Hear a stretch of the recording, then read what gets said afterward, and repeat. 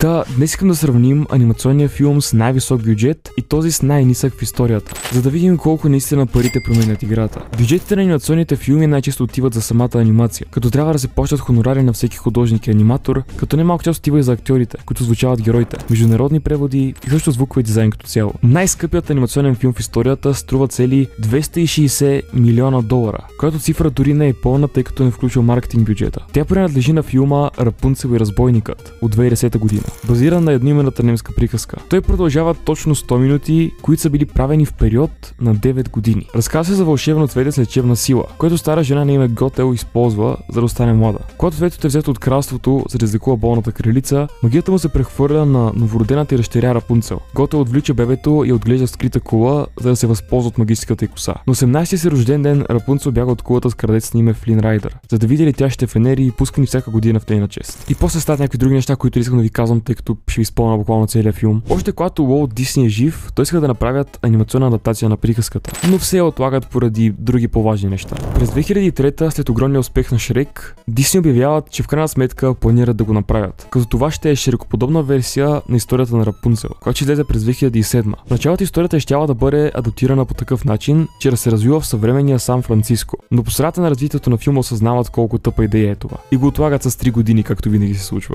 Анимирането е нещо като по-стара версия на сегашната Spider-Verse концепция, която е комбинация на 3D CGI и друг стил. Успява да пресъздаде усещането на илюстрация в детска книга и да прибави този вайб към една доста добре направена триизмерна анимация. Цветовете са контрастни, за райтерите е било много важно да направят косата на Рапунцел буквално да сияе, за да бъде главният фокус на филма. Тук именно това вкопчване във всеки детайл на анимацията им е струвало толкова скъпо. Искри са това да бъде новия Шрек. Критиците главно го оценяват положително, като никой не казва, че е шедьовър или дори сред най-добрите на Дисни, но и никой не казва, че си е загубил времето в киносалона. Това се пада 50-тият юбилеен филм на Дисни и според мен перфектно съчетава класическия Дисни стил, който всички познаваме, и есенцията на новото хилядолетие, когато Шрек е бил най-големия хит и всички филми са се опитвали да бъдат като него. Въпреки че за мен не е толкова запомнящ се и разпознаваем колкото другите приказни адаптации на Дисни от преди това, не мога да кажа, че по някакъв начин е лош или стъпка в грешната посока. Но едно е важното. Избил ли си е бюджета? И също успял ли е да стигне Шрек? $260 милиона от тези долари, при които няма сегашната инфлация, са доста пари. Но за щастие, филм успява да генерира почти 600 милиона приходи, което означава, че даже се е справил доста добре. Буквално си е удвоил бюджета.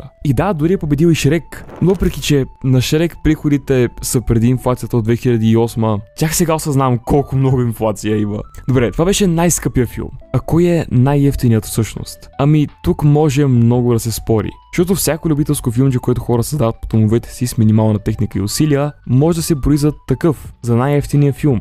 Тук по-скоро искам да погледна към филмите, които все пак са излучили в кината и имат поне някакъв recognition. В този случай не можа да избера един и се спрях на два филма. Единият от които е легендарният Бамби, а другият анимето Your Name. Бюджета на Бамби е само около $850 хиляди, а този на Your Name е около 16 милиона. Обаче тук има една уловка и тя пак е свързана с инфлация и тя е, че Бамби е правен през 40-те години на 20 век. По време на Втората световна. Тогава икономиката е била доста по-различна от сегашната. И вярвате ли или не, 800 хиляди от тези зелени банкноти са нещо като 19 милиона в днешно време, което реално прави анимето от 2016 приблизително равно като бюджет. И за да е възможно най-обективно, реших да направя ревю и на двата филма. Но преди това, сега е вашият последен шанс да си купите мърч. Магазинът затваря официално на 13 юли на обяд в 12 часа, след което може да не са останали бройки от любимите ви дизайни. Линкът е shop.dimtoncho.com и само да ви предупредя да внимавате с размерите, тъй като са наистина оверсайзд.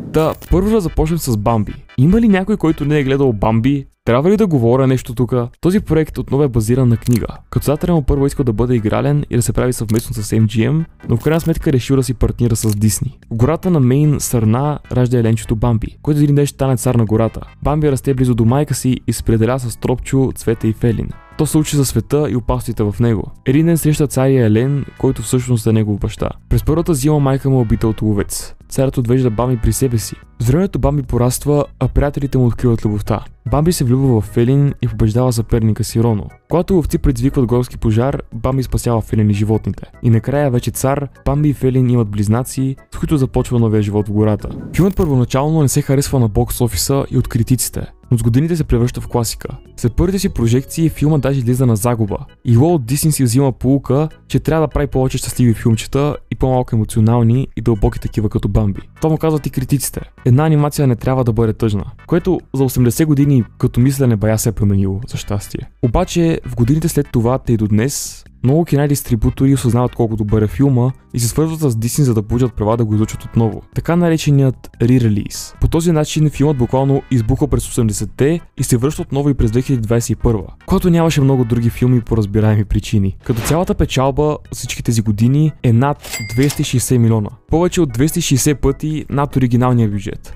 правейки го абсолютен успех. А Your Name също не е кой знае какъв да е филм. Тази романтична фантастика има цели 98% рейтинг в Rotten Tomatoes и по-висока оценка в IMDb от всичко, което Cartoon Network някога са пускали. God damn. Разказва се за едно момче и едно момиче, които не се познават, но които магически се разменят телата периодично и по този начин се влюбват един в друг, като си пишат чрез бележки и подобни. Филмът е толкова ефтин заради това, че анимето по принцип си е по-ефтино. Не защото е по-зле, ами заради лошите работни кондиции в Япония и това, че стилът е двоизмерен, а 2D по принцип е по-ефтино от 3D, тъй като не изисква кой знае какъв да е хардуер за рендеринг. Въпреки че е високо оценена класика, излиза само в някои страни по света и то чрез второстепенни дистрибутори, като например в България въобще не е излизал. В Япония обаче това е най-успешният аниме филм някога, който не е направен от Хаяо Миязаки или Студио Гибли. Филмът излиза и в Китай, който пазар сам по себе си генерира скромните $80 милиарда, като продължава да принтира пари там и до днес, тъй като постоянно го ререлизват. В Корея също е хит, а на Запад и в Европа получава доста пари от стриминг платформите, в които е. Като общия приход е над $400 милиона, което като цяло го прави един от най-успешните не аниме, а анимационни филми някога. И е повече от 20 пъти над оригиналния си бюджет и дори не е толкова стар. Има го в Crunchyroll и Prime Video, където можете да го гледате и да съпортнете създателите му, които наистина го заслужават. До скоро!